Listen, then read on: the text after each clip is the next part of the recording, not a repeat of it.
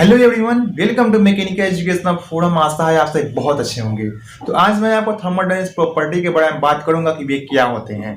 इसके लिए मैं एक छोटा सा एग्जांपल ले रहा हूं। मान लीजिए कोई लड़का है, उसके अंदर कुछ खास बातें हैं, जैसे पढ़ने में अच्छा है, बुरा है, या कोई बोलचाल में अच्छा है ना, उसका स्वभाव अच्छा है। तो ये उस लड़के की कैरेक्टरिस्टिक है और ये समय के अनुसार, कंडीशन के अनुसार, कंडीशन स्टेट ही है।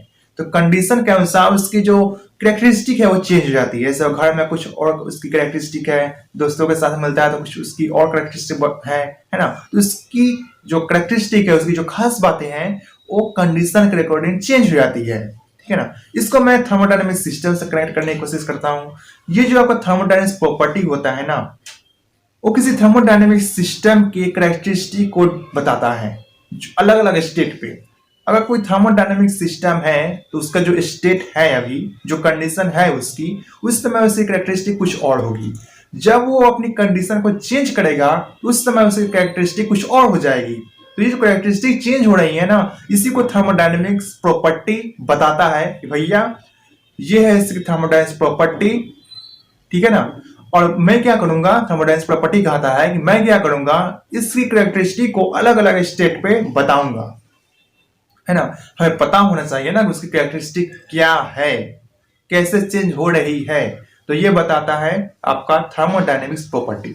अब ये दो तरह का होता है, एक होता है आपका इंटेंसिव, दूसरा होता है एक्सटेंसिव। इंटेंसिव के आगे इन लगा है, इन मतलब इंटेंसिव, और इन से इंडिपेंडेंट, यानी जो प्रॉपर्टी मास से इंडिपेंडेंट है वो इंटेंसिव है।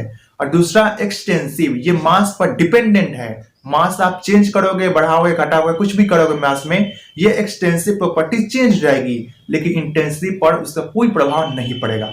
इंटेंसिव को इंट्रिंसिक भी बोलते हैं और एक्सटेंसिव को एक्सट्रिंसिक भी बोलते हैं। ठीक है ना। मैं आपके एक्सटेंसिव प्रॉपर्टी का एग्जांपल देता हूं। उसमें आता है आपका वॉल्यूम आता है, और जितने भी तरह की एनर्जी आती है ना, एंट्रोपी भी है इसमें, एंट्रोपी है, वॉल्यूम है, और जितने भी तरह की एनर्जी है वो सभी एक्सटेंसिव प्रॉपर्टी है, यानी सभी ये मास पर डिपेंड करती हैं। जैसे कोई वॉल्यूम है जिसमें मास को कम करोगे, ज्यादा करोगे तो वॉल्यूम चेंज हो जाएगी। ठीक है ना। जैसे मैं एनर्जी की मैंने बात की कि सभी एनर्जी एक्सटेंसिव प्रॉपर्टी है। तो एक्सटेंसिव में काइनेटिक एनर्जी का फॉर्मूला होता है 1/2 mv²। तो आप देख रहे हो ना, काइनेटिक एनर्जी के फॉर्मूला में m आ रहा है, और m क्या है, मास है।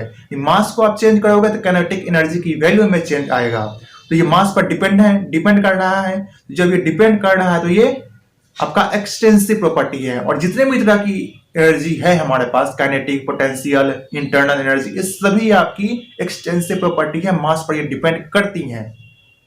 अब बात करते हैं इंटेंसिव, जो मास पर डिपेंड नहीं करती है। इसमें आता है आपका टेम्परेचर आता है, प्रेशर आता है ना।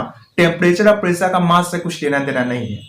अगर आप 1 kg का कोई सामान लेते हो, उसका टेम्परेचर अगर 50 डिग्री सेल्सियस है, अगर फिर उसको आधा कर दो, आधा आधा kg, तभी उसका टेम्परेचर उतना ही रहेगा। और दो एक्सटेंसिव प्रॉपर्टी का रेशियो आपका इंटेंसिव प्रॉपर्टी होता है। ठीक है ना। जितनी भी तरह की स्पेसिफिक प्रॉपर्टी होती है वो सभी इंटेंसिव प्रॉपर्टी होती है। स्पेसिफिक प्रॉपर्टी कहने का मतलब है कि जब आप एक्सटेंसिव प्रॉपर्टी जो कि मास पर डिपेंडेंट है, उसको जब आप मास से डिवाइड कर दोगे तो मास तो खत्म हो जाएगा। अब बचा क्या, कुछ नहीं। तो वो जो आप इंटेंसिव प्रॉपर्टी बन गया।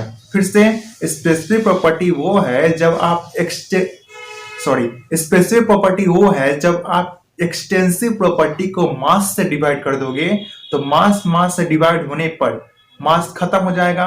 अब वो मास पे डिपेंड नहीं कर रहा। जब मास पे डिपेंड नहीं कर रहा तब वो इंटेंसिव प्रॉपर्टी है। तो जितने भी स्पेसिफिक प्रॉपर्टी होती हैं सभी इंटेंसिव प्रॉपर्टी होती हैं। आई होप आपको ये दोनों टॉपिक, इंटेंसिव और एक्सटेंसिव और थर्मोडायनेमिक्स प्रॉपर्टी समझ में आ गई होगी। अगर आ गई है तो कमेंट सेक्शन में जरूर बताएं। मिलते हैं नेक्स्ट वीडियो में। Thank you.